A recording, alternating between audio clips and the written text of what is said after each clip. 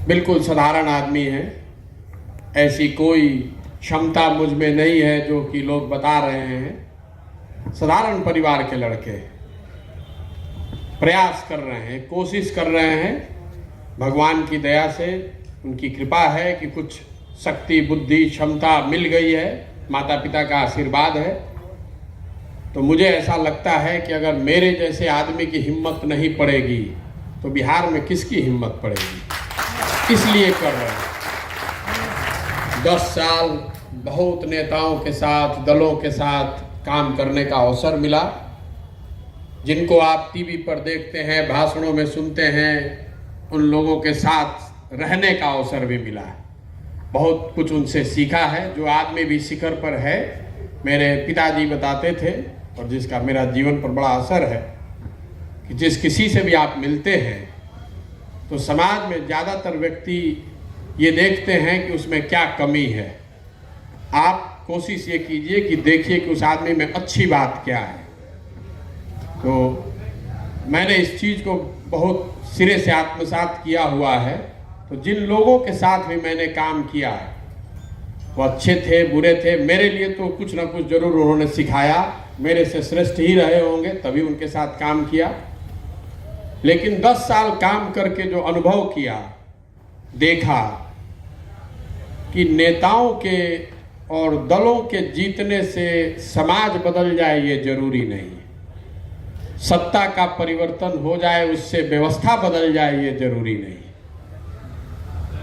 10-11 साल तक जिस विधा से मेरा कोई लेना देना नहीं, राजनीति के आर की भी जानकारी, रॉ की भी जानकारी हम लोगों को नहीं है।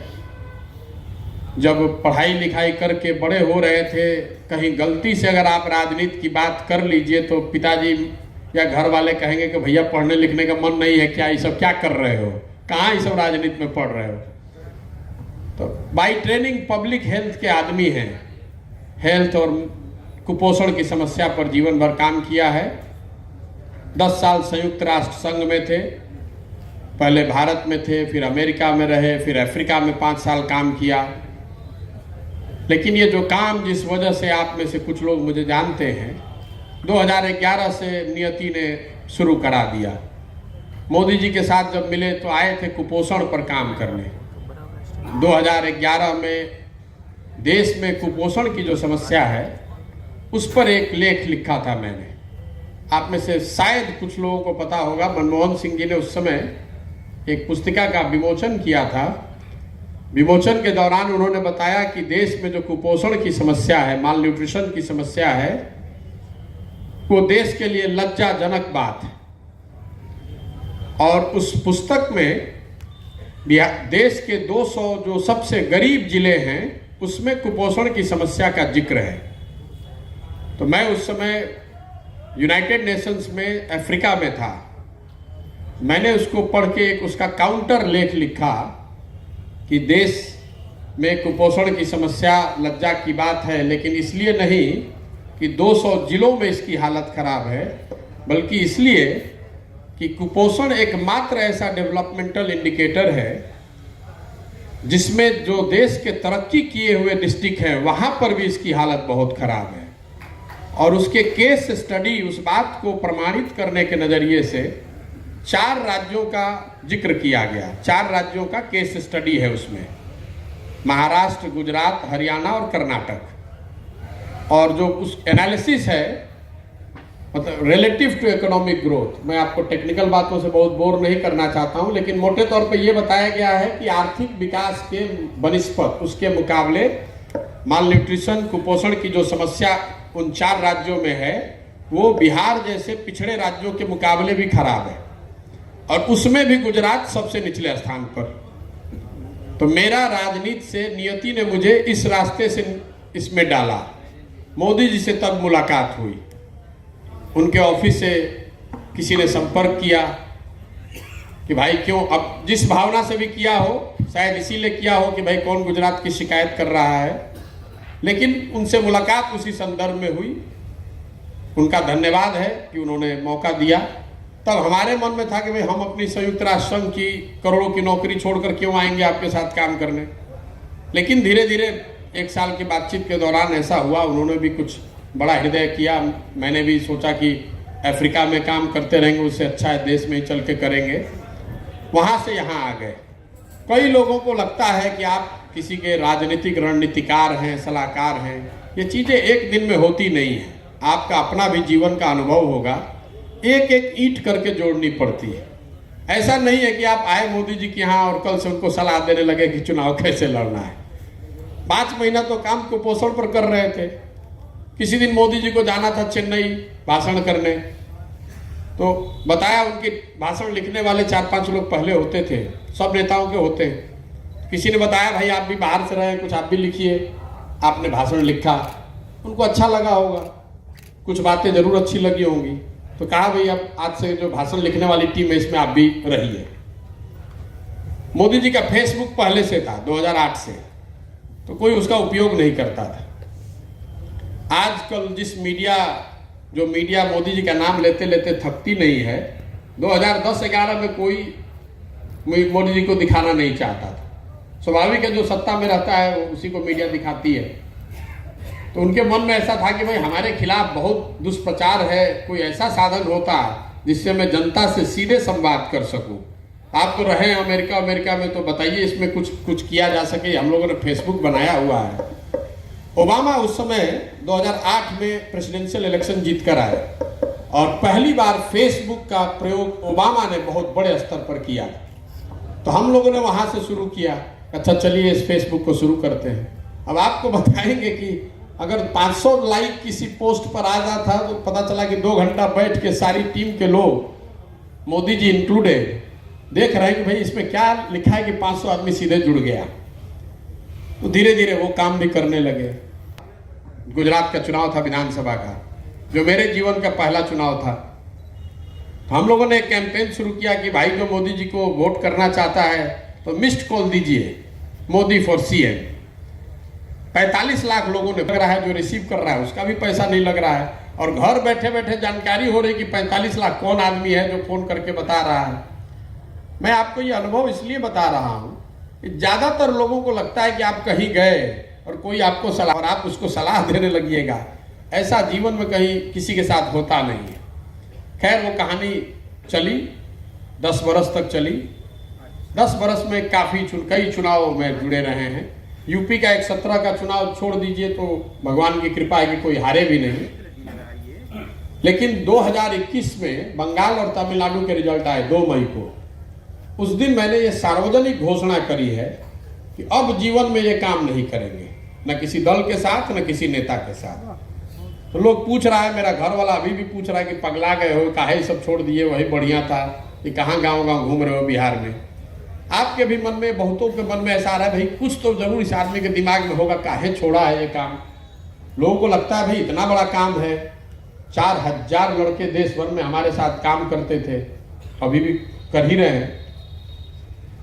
बड़े बड़े नेताओं के साथ आप घूमते हैं, चार्टर्ड प्लेन पर चलते हैं। जो भी आप सामाजिक नजरिए से सफलता का पैमाना है, लगता है कि भाई आप बहुत बड़े आदमी। 100-200 रुपए और 1-2 लाख 1-2 करोड़ की बात नहीं है। चुनाव में सलाह लेने के लिए लोग सैकड़ों करोड़ रुपया देते हैं। जो पैसा लेना है लीजिए, चुनाव जितवाइए। तो उस सब काम को क्यों छोड़ दिए? 10 बरस किया, देखा, अनुभव किया कि भाई अगर भगवान ने आपको शक्ति दी है तो कुछ ऐसा करें जिससे लोगों की जिंदगी बदले। नेताओं के जिंदगी को बदलने से तो बात बनेगी नहीं। ये काम 10 साल कर लिया, और कहीं ना कहीं मन में ये भी था कि जब बंगाल का चुनाव जीते तो बड़ा देश में हंगामा हुआ था, तो सोचे कि जब शिखर पर है तो इस काम को छोड़ देते हैं।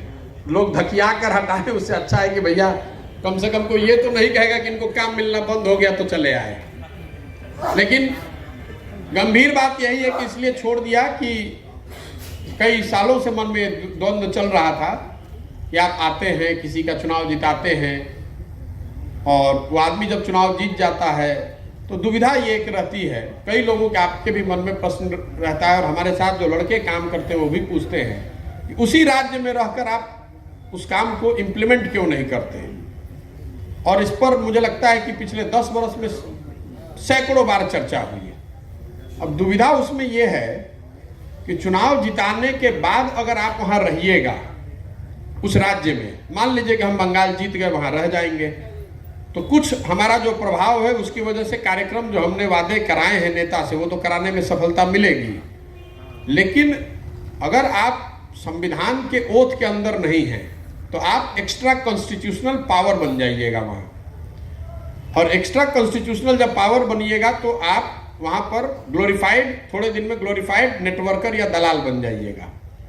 जो अफसर आएगा वो कहेगा मेरा पोस्टिंग करा दीजिए, जो नेता आएगा कहेगा भैया हमको मंत्री बनवा दीजिए, जो ठेकेदार आएगा वो कॉन्ट्रैक्टर है सोचता है हमको कॉन्ट्रैक्ट दिलवा दीजिए।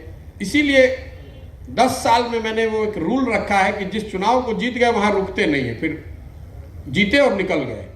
आप में से कई लोगों की नजर में वो गलत काम है, अरे भाई आप जीते और फिर भाग गए छोड़ के। लेकिन वो दुविधा रही है, मानसिक द्वंद रहा है कि अगर आप रुकते हैं तो भी आपका कुछ होने वाला नहीं, तब भी आप दलाल बन जाइएगा, पैसा कमाइएगा मार रख के, और दूसरे जगह जाते हैं तो जनता को ऐसा लगता है कि आप हम लोग को ठग कर चले गए। पंजाब का आपको एक वाकया सुनाता हूँ। पंजाब में अमरिंदर सिंह को 2017 में हम लोगों ने मदद की, वो चुनाव जीत कर आए। तो अमरिंदर सिंह को जो कुछ लोग जानते हैं, उनका काम करने का शैली ऐसा है, राजा रहे हैं, जनता से ज़्यादा मिलते जुलते नहीं थे, अब तो बहुत बूढ़े हो गए, अब तो हार गए। तो वहाँ पर संविदा पर काम करने वाले कुछ कर्मचारी 2018-19 में मुख्यमंत्री से मिलकर कुछ ज्ञापन देना चाहते थे, तो मुख्यमंत्री ने मिलने से इनकार कर दिया या नहीं मिले, तो सब लोग धरने पर बैठा तो उसके सामने बोर्ड लगाया कि जो आदमी कैप्टन से हम लोग की मीटिंग करा देगा उसको हम लोग 1 लाख रुपया इनाम देंगे। गिमिक्री है लेकिन लिख के बैठे धरने पर, काहे ले कैप्टन साहब सुनने जाए, कोई मिलने वाला है नहीं। उस समय आम आदमी पार्टी के एक एमएलए हैं अमन अरोड़ा, अभी मंत्री हो गए, तो विपक्ष का लीडर उस समय थे।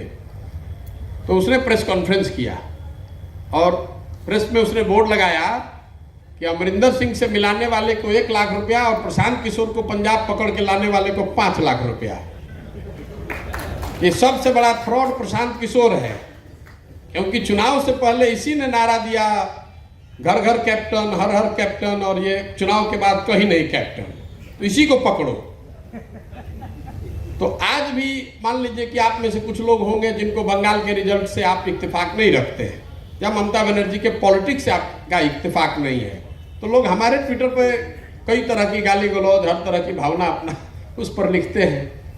इसीलिए सब छोड़ दिया कि यार अब बेकार है, इसमें कोई रास्ता है नहीं, उनके साथ रहेंगे तो भी मरेंगे और साथ छोड़ते हैं तो भी मर रहे हैं। अब यहाँ आए हैं तो सबसे सामान्य तरीका आपको ये लगता है कि भाई आप आगे बिहार में दल बना लीजिए, चुनाव लड़ने उड़ने की बात आपको आती है तो कुछ ना कुछ तो लोग मिल ही जाएंगे, दल बना लीजिए, चुनाव लड़िए।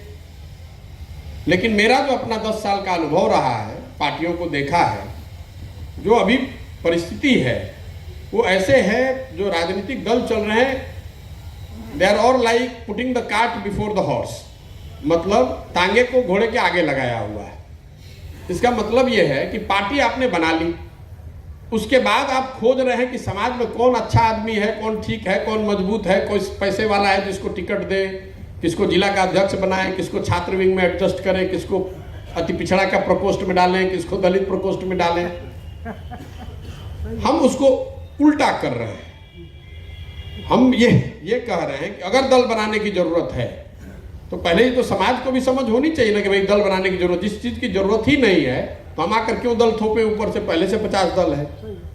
लेकिन अगर लोगों को लगता है कि नहीं भैया दल बनना चाहिए, तो ऐसे लोगों को पहले चिन्हित करना है कि भाई कौन से लोग हैं जो चाहते हैं कि दल बनाया जाए। फिर उन लोगों के साथ बैठकर यह भी तय करना होगा कि भाई दल किस आधार पर बनाया जाए, उसका सिद्धांत क्या हो, उसका संविधान क्या हो, उसकी प्राथमिकताएं क्या हो, दल को बनाया कैसे जाए, उसको चलाया कैसे जाए। तो इसीलिए दल नहीं बनाए, पदयात्रा कर रहे, लोगों से जानने सीखने समझने का कुछ प्रयास है। अब आप में से कई लोग ऐसा सोच सकते हैं, मैं भी अक्सर सोचता हूं कि ऐसा नहीं है कि आप पदयात्रा कर रहे हैं तो आपको ऐसी कोई जानकारी हो जाएगी जो आपने जीवन में कभी सुना ना हो। आप में से जो खड़ा होगा वो बता सकता है कि यहाँ अफसरशाही बहुत है, भ्रष्टाचार बहुत है, शिक्षा व्यवस्था ध्वस्त है, अस्पताल नहीं है, सड़क टूटी हुई है, लोगों को इंदिरा आवास नहीं मिल रहा है। तो प्रशांत किशोर पैदल चल भी रहे तो क्या नया निकाल लेंगे, ठीक बात। लेकिन आप सैकड़ों चीजें जो आपको मालूम है, पैदल चलने के दो फायदे। एक तो चीजों को आप वैलिडेट कर पाते हैं अपनी आंख से देखकर कि नहीं सही में ये बात है, किसी की सुनी सुनाई बात नहीं है। और दूसरा, 100 बात में 1-2 बात आपको जरूर ऐसी मिल जाएगी जो आपने पहले नहीं सुना हो, नहीं सीखा हो। जैसे मान लीजिए यहाँ बैठे हुए सब लोग, हम लोग को पता है कि भाई बिहार से तो पलायन की समस्या बहुत बड़ी है। हर गांव देहात शहर से लोग रोजी रोजगार के लिए बाहर जा रहे हैं। हमें भी पता था, किताब आंकड़े रिपोर्ट बहुत है, पढ़ के पता चल जाएगा, उसके लिए गांव जाने की क्या जरूरत है। लेकिन जब हम लोग गांव में जा रहे हैं, गए, तो उसकी विकरालता का अनुभव हुआ। पूरे के पूरे गांव छठ से पहले पूरे के पूरे गांव में अगर आप पैदल चलेंगे, 2-4-5 यंग लड़के ही दिखते हैं। पूछने पता चलता है कि सब चला गया बाहर। तो गांव में बूढ़े वृद्ध लोग बच गए, महिलाएं बच गई और छोटे छोटे बच्चे बच गए। और फिर जब आप उनके साथ बैठते हैं तो आपको एहसास होता है कि कितनी कठिन लाइफ है। अगर हम 1 साल के लिए आए हैं यहाँ, या 1.5 साल लगेगा चलने में, तो लोग हमको इतना बड़ा बता रहे हैं कि भाई घर परिवार छोड़कर आए हैं। बोलते हैं तो इतना लोग ताली बजाता है कि अच्छा घर परिवार सब छोड़कर पैदल चल रहे हैं। आप समझिए बिहार का 25-30-40% जो यंग लड़का है, अपने पूरे जीवन में कभी परिवार के साथ रहता ही नहीं है। जवान हो गया, पीठ पर बोरा बांध के झोला लेकर चला गया काम करने। और जब तक अब जवान रहेगा तब तक उसको 10,000, 15,000, 20,000 के रोजगार के लिए कहीं बाहर ही काम करना है। जब वो बूढ़ा होता है, जब 55 का हो गया, 50 का हो गया, 60 हो गया, शरीर थक गया, तो वापस आएगा। वो वापस आएगा तो उसके घर में जो जवान हो गया होगा वो हो जाएगा। इतनी बड़ी ये सामाजिक समस्या है, आपने कभी देखा ही नहीं आपके बच्चों को बड़ा होते हुए। हमारे आपके लिए अगर 2 दिन बच्चा को नहीं देख रहे हैं तो हमको इतनी परेशानी हो रही है। पत्नी रोज गाली दे रही कि कौन सा ही काम ले लिए हो, गांव गांव घूम रहे हो। आप समझिए बिहार का इतनी बड़ी जनसंख्या, उसको परिवार के साथ रहने का अवसर ही नहीं है। और वो मोहित भाई बता रहे थे कि गरीबी को हम लोगों ने इतना इसको नॉर्मल चीज मान लिया है कि भाई ठीक है, जवान है तो रोजी रोजगार करने बाहर जाएगा। ये बात सत्य नहीं है हर जगह। हम लोग यहाँ बेतिया में आप लोग बैठे हैं, सारे प्रबुद्ध लोग हैं, आपने 10, 20, 50 लोगों को एम्प्लॉयमेंट दे रखी होगी, आपके साथ लोग काम करते होंगे। यहाँ बेतिया में कोई गुजरात का, कोई महाराष्ट्र का, तमिलनाडु का आदमी आकर यहाँ नौकरी कर रहा है? कोई नहीं कर रहा। बैंक में 1-2 कोई आ गया तो अलग बात है। कोई मजदूर यहाँ पर आपको बेतिया शहर में महाराष्ट्र का, गुजरात का, मध्य प्रदेश का, उड़ीसा का, जो गरीब राज्य है वहां के भी लोग यहाँ नहीं आ रहे। क्यों नहीं आ रहे? वहां पर भी तो गरीबी है, वहां पर भी भ्रष्टाचार है, वहां पर भी यही देश की व्यवस्था लागू है। लेकिन ये आपको गरीबी की विकरालता का अनुभव देता है, अनुभव कराता है। लोग इतने डेस्परेट हैं।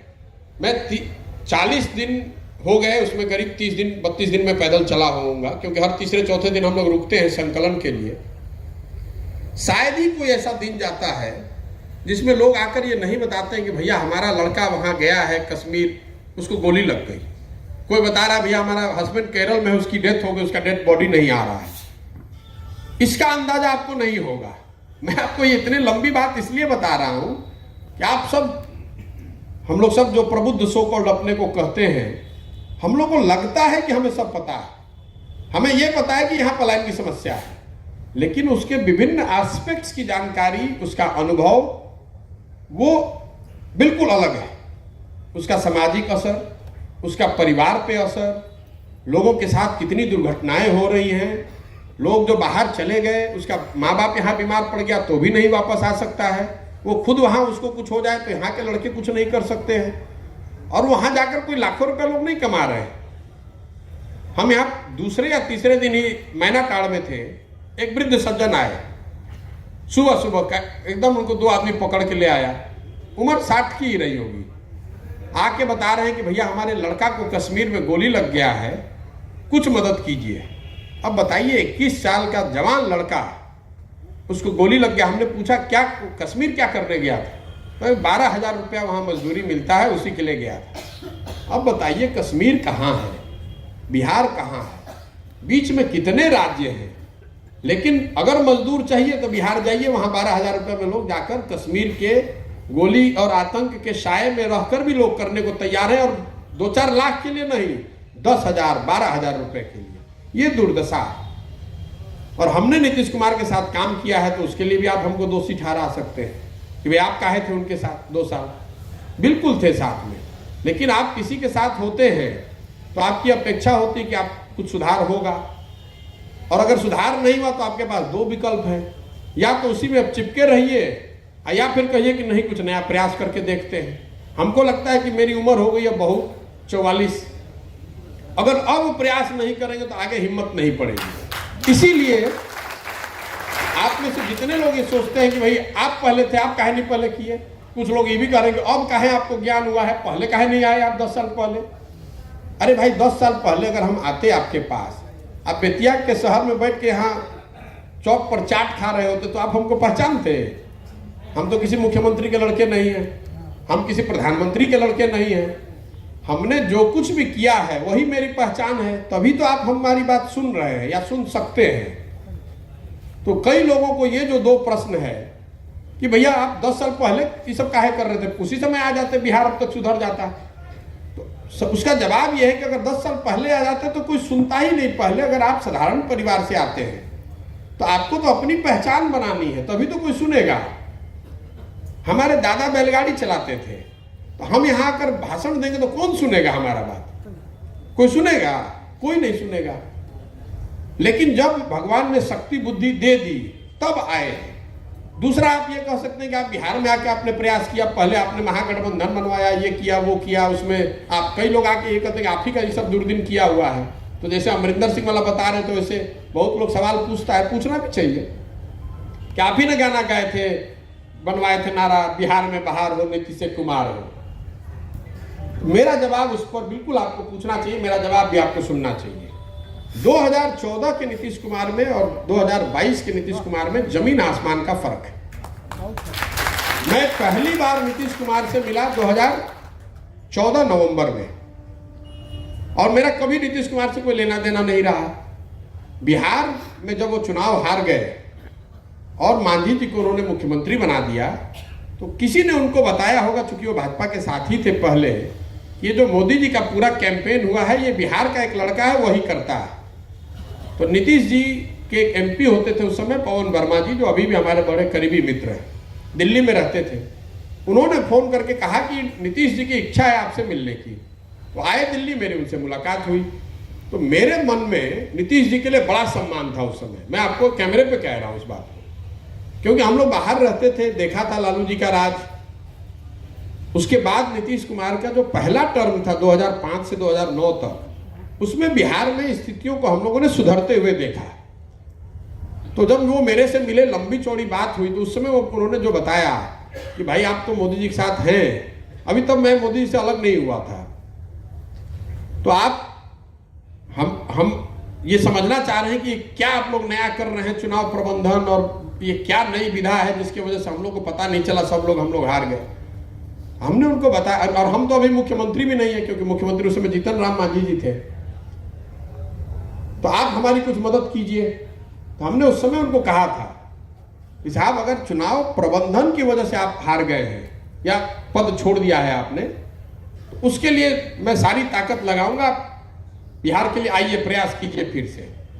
शर्त ये रखी, जो उस समय कंट्रोवर्शियल शर्त था, कि आप मांझी जी को हटाकर फिर से वापस बन जाइए। आप में से कुछ लोगों को याद होगा कि मांझी जी को हटाकर 2 महीने के बाद मैं जब आया तो खुद बने।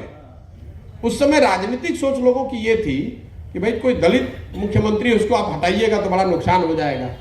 और मेरा तर्क ये था कि लोकतंत्र में जनता आपको चुनती है मुख्यमंत्री जिस रोल के लिए, आपके पास ये अधिकार नहीं है कि आप वो किसी दूसरे को दे दीजिए। चुनी जनता ने लालू जी को, आपने दे दिया राबड़ी जी को। जनता ने चुना नीतीश जी को, आप दे दीजिएगा मांझी जी को, कल दे दीजिएगा अपने ड्राइवर को। तो जनता, ये राजतंत्र थोड़े ना है कि आप जिसको चाहिएगा नॉमिनेट कर दीजिएगा। तो मैंने नीतीश जी को इस बात के लिए कन्विंस किया कि आप बिहार की जनता के साथ गलत कर रहे हैं, आप वापस आइए। आपको जो जनता ने आपको थोड़े ना हराया है, जनता ने तो लोकसभा में हराया है ना। आप क्यों पद छोड़ के आपने मांझी जी को दे दिया? हमारा मांझी जी से कोई दिक्कत नहीं है, मांझी जी रहे कोई बात नहीं है, लेकिन लोकतंत्र में जिसको जनता चुनती है या जो रोल देती है, अब हमको चुनेगी और हम दे देंगे अपने वाइफ को दे देंगे, उसको दे अपने ड्राइवर को, ये तो ठीक बात नहीं है। वो बात 2 महीने के खींचतान के बाद उनके समझ में आई और जनवरी में वापस मुख्यमंत्री बने 2015 में, आपको याद होगा। तब मांझी जी छोड़ने के लिए नहीं तैयार थे, जब इन्होंने मन बनाया तो मांझी जी नहीं छोड़ने को तैयार थे। खैर खींचतान के बाद आ गए वापस। जब 2015 का चुनाव हुआ तो महागठबंधन, उसमें बहुत दिमाग में बात था कि भैया जिस लालू जी के खिलाफ आप कह रहे हैं उसी को महागठबंधन बना रहे हैं, ये भी लोगों का सवाल है। खासकर चंपारण की जनता का तो जरूर होगा, क्योंकि चंपारण में तो उस समय भी आप लोगों ने हम लोग को महागठबंधन को हराया था 2015 में। यही एक क्षेत्र है जो हम लोग नहीं जीते थे। चौथे चरण में चुनाव हुआ था और तीनों जिला मुजफ्फरपुर, पूर्वी चंपारण और पश्चिमी चंपारण, इसमें सिरे से महागठबंधन साफ हो गया। लेकिन दूसरे जगह चूंकि हम लोग जीते थे इसलिए सरकार में तो बड़ी बहुमत मिल गई। उस समय एक प्रयास हम लोगों ने किया था 7 निश्चय का। अब आप सही माने गलत माने कि भाई चुनाव जीत के आए तो वो आरजेडी के एजेंडे पर ना चले, जदयू के एजेंडे पर ना चले, कांग्रेस के एजेंडे पर ना चले, एक एजेंडा होना चाहिए जो जनता का एजेंडा है। और 7 निश्चय नीतीश कुमार ने नहीं बनाया, प्रशांत किशोर ने नहीं बनाया। आपको याद होगा मोदी जी उस समय आकर घोषणा किए थे 1,25,000 करोड़ का पैकेज। तो जब मोदी जी घोषणा कर दिए तो सारा जितना राजनीतिक विश्लेषक है सब ने कहा कि अब तो कुछ बचा ही नहीं, अब तो भाजपा ही एकदम स्वीप कर देगी। तो समझिए कि 3-4 दिन तो हम लोग सन्नाटे में ही रहे, जब तो हार ही गए चुनाव। फिर मैंने बिहार में एक सर्वे कराया उस समय। ये अनुभव आपसे साझा करना चाह रहा हूं कि जनता की विद्वता पर जिसको भी डाउट है, लगता है कि जनता को पता नहीं है, तो एक सर्वे हम लोगों ने कराया। उसमें सवाल पूछा कि भाई जो नई सरकार बिहार की बने उसमें आपको क्या चाहिए? मोदी जी जो पैकेज दे रहे हैं ये चाहिए कि कुछ दूसरा चाहिए? आपको जानकर आश्चर्य होगा 40,000 गांव में सर्वे हुआ तो ज्यादातर लोगों ने कहा कि भैया पैकेज में कितना जीरो है ये भी नहीं बुझा रहा है। 1,25,000 करोड़ लोगों को समझे में नहीं आया बात। ये समझ में आ रहा है कि बिहार में बेरोजगारी बहुत है, भैया एक कोनो उपाय लगवाएं। तो 7 निश्चय का पहला निश्चय था कि 18 से 35 साल के उम्र के जितने लड़के हैं जो रोजगार की तलाश में डिस्ट्रेस माइग्रेशन के लिए मजबूर है, उनको 1,000 रुपया का सहायता दिया जाए। और सिर्फ वादा नहीं किया गया, बजट में 12,000 करोड़ साल का प्रावधान भी किया गया। जब हम लोग गांव में गए तो लोगों ने बताया कि भैया 10वीं 12वीं तक तो गिरते पड़ते फिर भी पढ़ाई हो रहा है, 12वीं के बाद लड़कों को पढ़ाने का साधन ज्यादातर परिवारों के पास नहीं है। आंकड़े भी बताते हैं कि बिहार में सिर्फ 3% लोग ही कॉलेज में जाते हैं, जो पढ़ाई शुरू करते हैं उसमें सिर्फ 100 में 3 बच्चा ही कॉलेज तक पहुंचता है। इसलिए स्टूडेंट क्रेडिट कार्ड की बात कही गई। अगर योजना लागू हो गई होती तो 12वीं के बाद किसी भी बच्चे को अपने घर से पैसा लेकर नहीं पढ़ना पड़ता। जैसे किसान क्रेडिट कार्ड है उसके आधार पर स्टूडेंट क्रेडिट कार्ड बनाया गया। जब हम लोग गाँव में गए तो देखे कि सरकारी चापाकल जो है उसी के घर के सामने गड़ता है जिसका सामाजिक राजनीतिक रसूख है। इसलिए हर घर नल की योजना बनाई गई कि भैया सबके घर में पानी नल से पहुंचे। उसमें इतना ना बंदरबाट कर दिया कि कुछ बचा ही नहीं उसमें। उस समय लोगों ने बताया था कि भैया ये सब फैक्ट्री वैक्ट्री बाद में लगेगा, कहा मोदी जी बड़ा बड़ा वादा किए थे कि फैक्ट्री वैक्ट्री लगेगा। लोग कहा सब छोड़िए ना, पहले गली या नाली में भैया आँच हो जाता है, एक पक्कीकरण करा दी। नालियों का पक्कीकरण आप में से जितने लोग यहाँ बैठे हैं शायद ही कोई समझ पाएगा, बिहार में सबसे बड़ा इशू है नालियों का पक्कीकरण।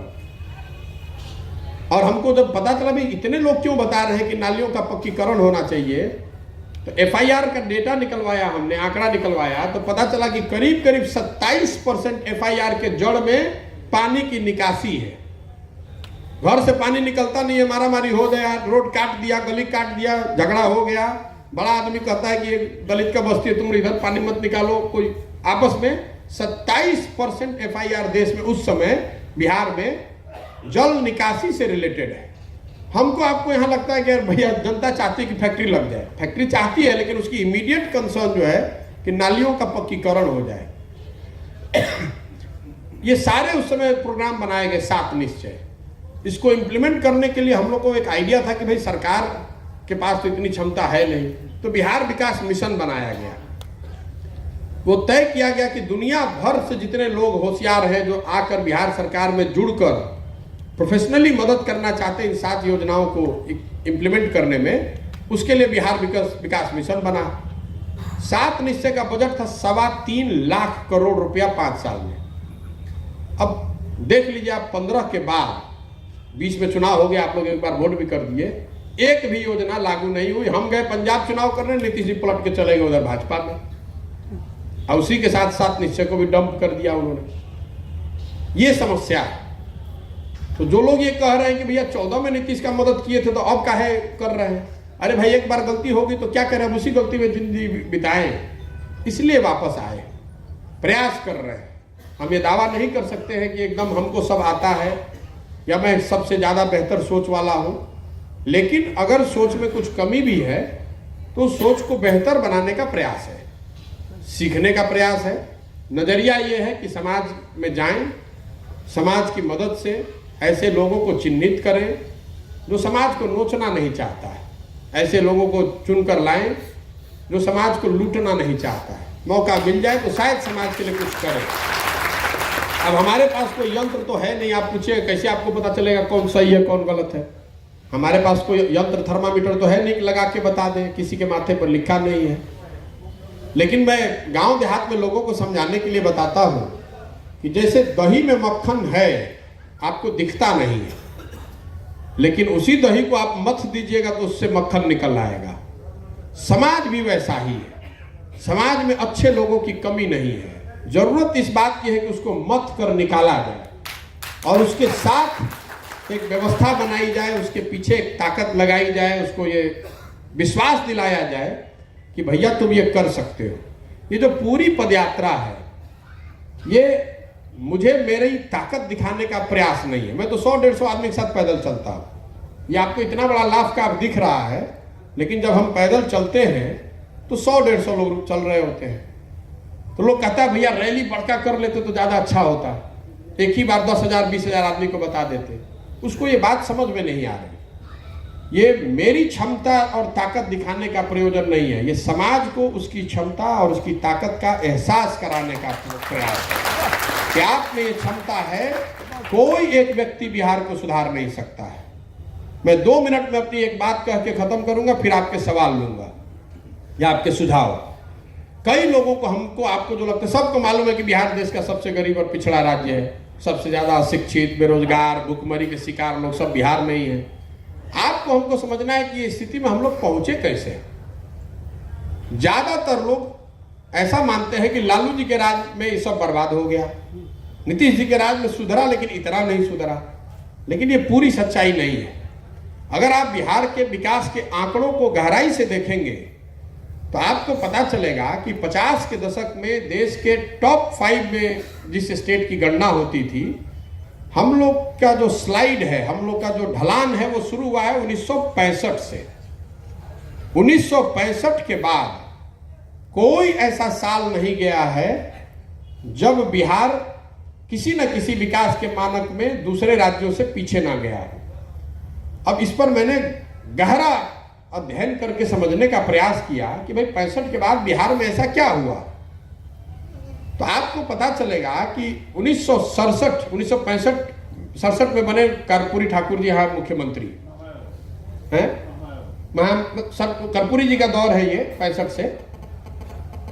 तो 65 से 90 के बीच 35 साल में बिहार में 23 मुख्यमंत्री बने अलग अलग। हमको आपको भूल गए हैं हम लोग। यहाँ किसी से पूछेंगे तो कोई नहीं बता सकता है कि 25 और 5 बार प्रेसिडेंट रूल लागू हुआ। तो राजनीतिक अस्थिरता का एक लंबा दौर, कोई 5 दिन के लिए मुख्यमंत्री बना, कोई 6 दिन के लिए, कोई 6 महीना के लिए, कोई 2 महीना के लिए, कोई 9 महीना के लिए, और दूसरे राज्य आगे निकलते गए, हम लोग पीछे छूटते गए। 90 में जिस दिन मुख्यमंत्री लालू जी बने, उस दिन का अगर आप आंकड़ा निकाल कर देखिएगा तो उस समय ही बिहार देश का सबसे गरीब और पिछड़ा राज्य बन गया था। लालू जी के बनने के बाद तो और रसातल में चला गया, लेकिन लालू जी के बनने से पहले, और इस पर कोई यहाँ पर मंत्रणा, कोई चिंतन, कोई लेख आप देखेंगे नहीं कि हम लोग की जो ये दुर्दशा है वो एक दिन, एक दशक, एक नेता, एक दल का असर नहीं है। हम लोग 50-60 साल से दूसरे राज्यों के मुकाबले पिछड़ते जा रहे हैं। इसीलिए इतने पीछे हो गए हैं कि नीतीश जी के आने के बाद कुछ सुधार जो हुआ है वो सुधार काफी नहीं है इस राज्य को बेहतर बनाने के लिए। और नीतीश जी के भी दौर को आप दो हिस्से में देख लीजिए, तब आपको बात समझ में आएगी कि राजनीतिक अस्थिरता कितना उसका महत्व है विकास में। नीतीश जी का जो टोटल 17 साल का कालखंड रहा है, पहला उनका 2005 से लेकर 2012 तक जोड़ लीजिए, जिसमें आपको विकास होता दिखा ना भाई। पहले टर्म में सब आदमी कहता ना पहले टर्म में तो काम हुआ था, वो दो वजह से दिखा। एक तो एकदम अंधकार में रूम था तो एक छोटा चिराग भी जला तो रोशनी ज्यादा दिखी, और दूसरा उस कालखंड में बिहार में राजनीतिक स्थिरता थी। जो दो दल साथ में थे वो एक दूसरे के प्रति प्रतिबद्ध थे, ईमानदार थे, और उनका फोकस था विकास। 12 में जब मोदी जी का प्रादुर्भाव हुआ देश के स्तर पे, वहां से बिहार का दुर्भाग्य फिर शुरू हो गया। अब मोदी जी को इसका मैं दोष नहीं दे रहा हूं। हुआ ये कि अब नीतीश कुमार जी और मोदी जी में जो खींचतान शुरू हुई 12 से, तो 12 से 22 के बीच में पिछले 10 साल में ये सरकार का 6वां प्रयोग है, 6th गवर्नमेंट है ये 12 के बाद। तो नीतीश कुमार वही हैं, व्यक्ति वही है, लेकिन परफॉर्मेंस में जमीन आसमान का फर्क है। क्योंकि अब उनकी प्राथमिकता यह है कि हम कुर्सी कैसे बचाएं। और जब 5 में 6 में 7 में थे तो उनकी चिंता थी कि भाई हम डेवलपमेंट करके दिखाएं, हमको आगे प्रधानमंत्री बनना है या आगे जाना है तो हम बिहार में कुछ अच्छा करेंगे। ये फर्क समझिए, जब राजनीतिक अस्थिरता का माहौल होता है तो उसका खामियाजा विकास के तौर पर हमको आपको भुगतना पड़ता है। तो अंदाजा लगाइए कि 65 से 90 के बीच में जो राजनीतिक अस्थिरता रही होगी उसकी कितनी बड़ी कीमत बिहार के लोगों ने चुकाई होगी। जो नेता है वो सोच रहा है कि हम मुख्यमंत्री कैसे बने रहे, और जो विपक्ष में सोच रहा है कि वो कैसे उलाट के हम बन जाए। तो विकास कौन देख रहा है, अफसर कौन चिंता कर रहा है, कोई नहीं कर रहा है। इसीलिए अगर कोई व्यक्ति या दल दावा करता है कि हम आएंगे, हमको वोट दे दीजिए, हम ठीक कर देंगे, तो आप लिख कर रखिए, दो ही बात हो सकती है।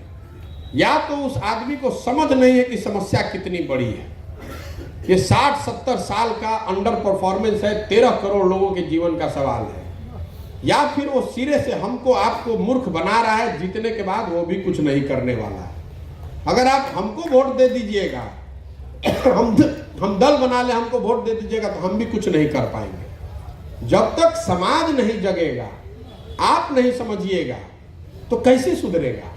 नहीं सुधर सकता। 5 बरस हम लोग बैठ के बात कर रहे हैं, यहाँ भी हम सब लोग कहेगा कि भैया भ्रष्टाचार है, स्कूल नहीं है, अस्पताल नहीं है, उद्योग नहीं है, रोजगार नहीं है। लेकिन जब यह वोटवा देने जा रहे हैं तो उस दिन दूसरे को चीज लौक रहा है, जात और हिंदू मुसलमान। मतलब यहाँ पर जो लोग हैं कि भैया अपना जात वाले को दे दो, और नहीं तो सोचता है कि जात से कहीं बचा तो हिंदू मुसलमान के नाम पर फंस गए, इससे भी बचे तो भारत पाकिस्तान के नाम पर फंस जाइएगा। मोदी जी को हम लोग इतना वोट दिए हैं, अरे दिए हैं तब न प्रधानमंत्री बने हैं। चंपारण लोग कहता है कि भैया हमको नेताजी ठग लिए। आप में से भी ज्यादातर लोग नेता से इतना चला के वोट ले लेता है, ठग के चला जाता है। लेकिन आप हमको बताइए, हम सबसे पूछ रहे हैं कि आपको कोई 1 बार ठगेगा, 2 बार ठगेगा, ऐसा कैसे है कि आपको 5 बार ठग रहा है? पहले उसका बाबूजी ठगता था, उसका बेटा भी ठग रहा है आपको। अरे कुछ तो गलती हमनियों में ना बा भैया, हमने के भुला जाता नहीं, जो दिन जैया वोटवा देवे जाता नहीं, दिन भुला जाता नहीं जाके अस्पताल नहीं खे, कोरोना में बाबूजी बीमार रहन तो ऑक्सीजन सिलेंडर ना मिलल रहे, चाहे लड़का के रोजगार नहीं खे मिलल, चाहे अस्पताल में जगह नहीं खे, स्कूल में पढ़ाई नहीं खे, वो दिन सब भुला जाता।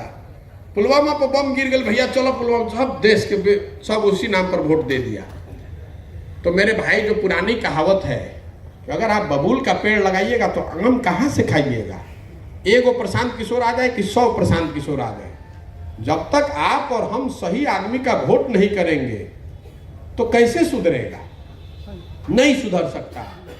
इसीलिए लोगों को हाथ पैर जोड़ रहे हैं कि भैया वोट नहीं मांग रहे हैं, हमको इसका नेता नहीं बनना है, ये व्यवस्था खड़ी करनी है जिसमें कुछ अच्छा लोग चुन कर आवे। लोग सब कहता है भैया विकल्प ना रहे से देते रहे, तो विकल्प बनाइए। अरे तो विकल्प हमारे बनाने से होगा? विकल्प तब न होगा जब समाज के लोग मिलकर विकल्प बनाएं। प्लेटो ने कहा बहुत पहले, आज से सैकड़ों साल पहले, If you do not participate in democracy, be ready to be ruled by your inferior. अगर आप लोकतंत्र में भागीदार नहीं बनिएगा तो इस बात के लिए तैयार रहिए कि कोई मूर्ख आदमी आप पर शासन करेगा। तो जो समाज में अच्छा है तो कहता है भैया ये तो हमको राजनीति में नहीं पढ़ना है। अरे भाई तो फिर काहे गाली दे रहे हो? जब अच्छा आदमी आएगा ही नहीं तो कोई बेवकूफ ही तो राजा बनेगा। तो जितने दोषी वो लोग हैं उतने दोषी हम और आप भी हैं। अगर हम प्रयास नहीं करेंगे तो हमको क्या हक है कहने का कि ये आदमी बेवकूफ है, हमारे क्लास में फेल होता था मंत्री बन गया है। अरे आप फर्स्ट करते थे तो आपको कौन रोक रहा है करने के लिए? अब उसमें कुछ व्यवहारिक समस्याएं हैं। लोग कहेंगे भैया आप सब आदमी कैसे लड़ेगा चुनाव, वोट कहाँ से आएगा, पैसा कहाँ से आएगा, जाति बहुत है, संगठन कहाँ से आएगा। हमारा बस इतना ही रोल है कि आपको वो विश्वास दिलाएं कि भैया वो सब चिंता मत कीजिए। अगर आप में क्षमता है, अगर आप में वो जज्बा है, अगर वो सोच आप में मरी नहीं है, आप चाहते हैं कि आप कुछ कर सकते हैं या ऐसे किसी व्यक्ति को जानते हैं तो बताइए। उसके पीछे वो व्यवस्था, शक्ति, ताकत, संसाधन जो लगाना है वो हम लगाएंगे। लेकिन आपको समाज को जग कर वो प्रयास करना पड़ेगा। और जब वो लोग आपके विकल्प के तौर पर आपके सामने आए तो उस दिन जाति, धर्म, भारत, पाकिस्तान, मोदी, नीतीश, लालू, प्रशांत किशोर से ऊपर उठकर आपको अपने और अपने बच्चों के लिए वोट करना है। नहीं कीजिएगा तो आपका जो दुर्दशा है वो तो है ही, आपके हमारे बच्चों को भी इसी दुर्दशा में जीवन बिताना पड़ेगा। कोई नहीं बचा सकता है हम लोग को। कोई बाहर से, केरल से और तमिलनाडु से आदमी आकर बिहार को बचाने वाला नहीं है। हम लोग लेबर सप्लायर पूरे भारत के बने हुए हैं। हम लोग यहाँ टीवी फ्रिज नहीं बनाते हैं, मोटरसाइकिल कार बिहार में नहीं बनता है, सीमेंट स्टील नहीं बनता है, बिहार में कुछ नहीं बनता है। बिहार में हम लोग एक चीज बना रहे हैं, मजदूर बना रहे हैं लोगों। देश में जिसको भी मजदूर का जरूरत है कहता है जाओ भैया बिहार से 100 को पकड़ के ले आओ, है ना। पंजाब में खेत नहीं कट रहा है, बिहार से पकड़ के ले आओ। केरल में काम रुक गया, बिहार से पकड़ के ले आओ। कश्मीर में रोड नहीं बन रहा है, बिहार से पकड़ के ले आओ। तो हम लोग लो ग्रेड लेबर के सप्लायर बन गए। कि देखिए आपके धूल का हालत कि मेरा खांसी रुक नहीं रहा है। हम तो 10 दिन 15 दिन चल रहे हैं, जो लोग यहाँ रह रहे हैं उनकी क्या दशा है।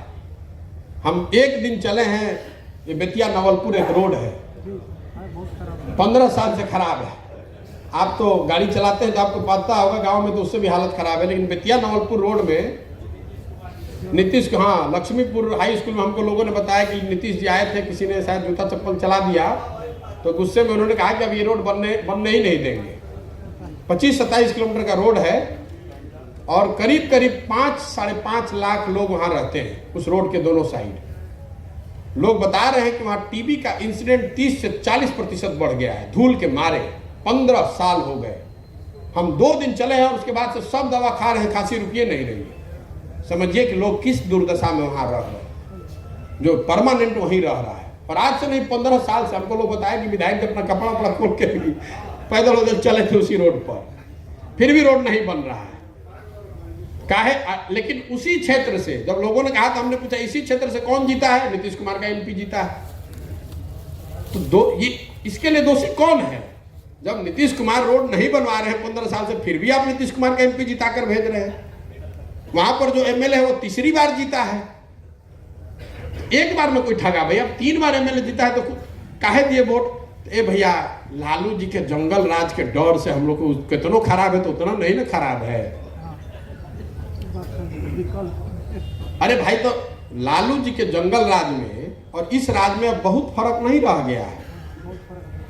हम रोज एक हिस्सा सुनाते हैं। यही रामनगर में आए थे, हम बहुत लंबा बोल गए, खत्म करेंगे, हम खत्म कर रहे हैं, फिर आपको एक लाइन और ऐड कर दे रहे हैं। हम आए यहाँ रामनगर में तो एक किसी ने बताया भैया वो आदमी है हजाम, सैलून चलाता है, बड़ा होशियार आदमी है, पूछिए ना इससे। तो उससे पूछेगा चाहिए बताओ कि 32-35 साल से यहाँ सैलून चलाते हो, लालू जी के राज में और नीतीश के राज में क्या फर्क है? तो बोला ये भैया हम तो सैलून चलाते हैं, अपने भाषा में बताएंगे, दोनों के राज में कोनो फर्क नहीं है। जनता का हजामत तो दोनों में पूरा पूरा बन रहा है। फर्क इतना ही है कि लालू जी के राज में अपराधी हजामत बनाता था और नीतीश कुमार के राज में अधिकारी हजामत बना रहा है। लालू जी के राज में अपराधी रात में गौन लगाकर लूटता था और नीतीश के राज में अधिकारी जो है कलम लगा के दिन में लूट रहा है। और जैसे लालू जी के राज में एक समय आ गया था जब अपराधी डरता नहीं था, अगर पकड़ा भी गया तो जाओ जो करना है कर लेना। वही हाल नीतीश जी के राज में अब अधिकारियों का हो गया है। पैसा मांगता है, कहते हैं जाए कंप्लेन कर देता है, जाओ जी देख रहा है तो कर लिया, सुधरे वाला नहीं थे। तो ये करीब करीब वही जंगल राज, वो अपराध का जंगल राज था, ये अधिकारियों का जंगल राज है। और ये इसलिए है कि नेताओं के मन से, जनप्रतिनिधियों के मन से ये डर खत्म हो गया है कि हम काम नहीं करेंगे तो चुनाव हार जाएंगे। उसको मालूम है कि जनता 5 वर्ष गाली दे के भी वोटवा हम ही को देगी। नीतीश कुमार का एमपी हार गया होता तो उनको देखिए नवलपुर का रोड बन जाता। अब रोड नहीं बना रहे हैं फिर भी आप जीत रहे हैं। सांख्यिकी वाले लोग कर रहे हैं प्रदर्शन फिर भी वोट पड़ रहा है। टीचर जी लोग बदमाश घूम रहे हैं, 4 लाख टीचर डंडा भी चलवा रहे हैं फिर भी वोट पड़ रहा है। तो काहे लिए आपका काम करेगा? हमको वोट दे दीजिएगा, हम भी नहीं करेंगे काम। लोकतंत्र के मूल में जो बात है कि हर 5 वर्ष पर आपको वो परीक्षा पास करनी है कि आपने काम किया कि नहीं किया, वो बिहार में कहीं ना कहीं शिथिल या धूमिल पड़ गई है। आधा आदमी भाजपा को इसलिए वोट दे रहा है कि वो लालू जी के अपराध और जंगल राज से डर रहा है, और आधा आदमी लालू जी को इसलिए वोट कर रहा है, जितने हम लोग के मुसलमान भाई हैं, कि भैया कुछ हो जाए भाजपा को तो नहीं न दे सकते हैं।